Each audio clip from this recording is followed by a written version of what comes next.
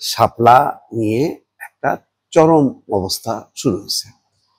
দেখেন, আমি 3টা শিরোনাম পড়ি। শাপলা প্রশ্নে অনড় এনসিপি, ইসির কাছে লিখিত ব্যাখ্যার দাবি, এই একটা শিরোনাম। সার্জিস আলম বলতেছে এই ইসির অধীনে কোনো সুষ্ঠু নির্বাচন বাংলাদেশে হতে পারে না।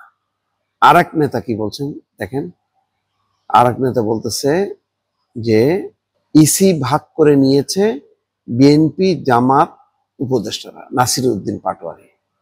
মানে পরিস্থিতিটা দেখেন যে কোনোভাবেই তারা শাপলার বাইরে যাবে না।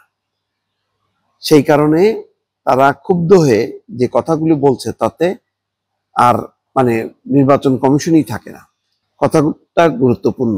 নাসিরউদ্দিন পাটোয়ারি বলছেন নির্বাচন কমিশনকে গনিমতের মাল হিসেবে ভাগ করে নিয়েছে বিএনপি, জামাত, উপদেষ্টারা। আমরা জনগণের একটা প্রতিষ্ঠান হিসেবে নির্বাচন কমিশনকে দেখতে চাই।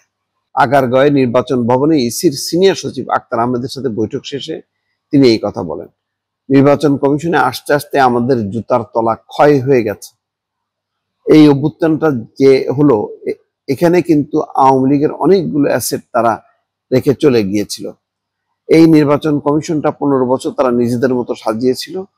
এই যে তারা গনিমতের মালগুলো রেখে গিয়েছিল, সেই গনিমতের মাল উপদেষ্টা, বিএনপি, জামাত সবাই ভাগ করে নিয়েছে। রাষ্ট্রের বর্তমান যে অবস্থা, এই ইলেকশন কমিশনও তারা গনিমতের মাল হিসেবে ভাগ করে নিয়েছে।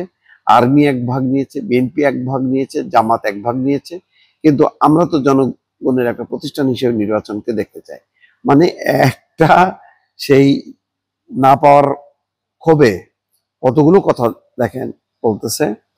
এরপরে তারা আবার মানে ব্যাখ্যা দাবি করছে। দলীয় প্রতীক বাছাইয়ের ক্ষেত্রে শাপলাতেই অনড় অবস্থানে রয়েছে নাগরিক পার্টি। একই সঙ্গে প্রতীক অন্তর্ভুক্ত বা বাদ দেওয়ার ক্ষেত্রে কমিশনের বিদ্যমান নীতিমালা বা মানদণ্ড কি, সেই ব্যাপারে নির্বাচন কমিশনের পক্ষ থেকে লিখিত ব্যাখ্যা দাবি করছে দলটি। যদিও ইসির পক্ষ থেকে আগেই বলা হয়েছে সংরক্ষিত প্রতীকের তালিকা থেকে একটা প্রতীক নিতে হবে। সেখানে নির্বাচন বিধিমালা 2008-এর বিধি 9(1) মোতাবেক প্রার্থিত প্রতীক শাপলা অন্তর্ভুক্ত নেই। নির্বাচন কমিশন কিন্তু বলেও দিছে বারবার, কিন্তু তারা একই রকম কথা বলতেছে। আবার সার্জিস আলম রংপুরে কি বলতেছে দেখেন। সার্জিস আলম বলছেন অন্তর্বর্তীকালীন সরকারের কোনো তাড়া আছে জুলাই সনদ স্বাক্ষরের, এই তাড়ার ভিত্তিতে সবার অংশগ্রহণের বিষয়ে চিন্তা করে না সনদ স্বাক্ষর। যাই হোক, তারা তিনি বলতেছেন মূল যেটা শিরোনাম যে এই ইসির অধীনে কোনো সুষ্ঠু নির্বাচন হবে না।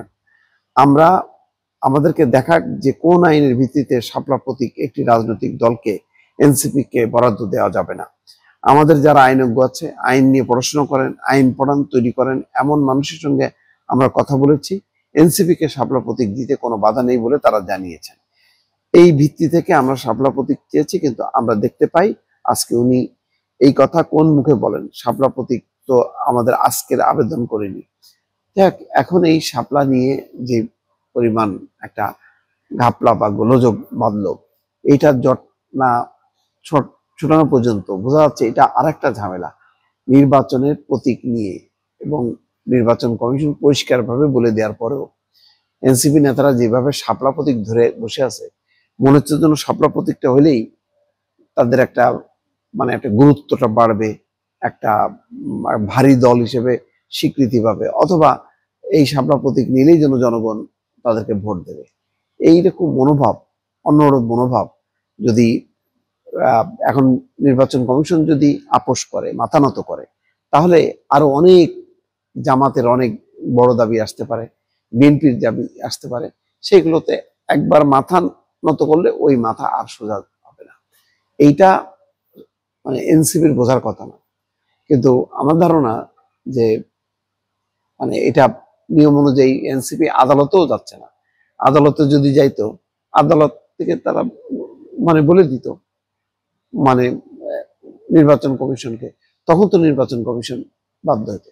এই যে আদালত বলে দেয়নি যে দক্ষিণ সিটি কর্পোরেশনের মেয়র হিসেবে ইশরাককে দায়িত্ব দিচ্ছে, তারা মানে নাই।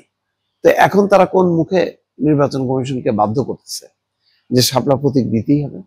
অনেকগুলো প্রশ্ন আসে, যদি প্রাসঙ্গিক না, কিন্তু তারপরে বললাম যে আদালতের রায়ও তো মানে না, তো শাপলা দাবিদার এনসিপি কেন যাচ্ছে না আদালতে, যখন নাকি নির্বাচন কমিশন দিচ্ছে না, আদালত ফয়সলা করে দিত। কিন্তু তারা জানে যে আদালত হয়তো এটা মানে গুরুত্ব দেবে না।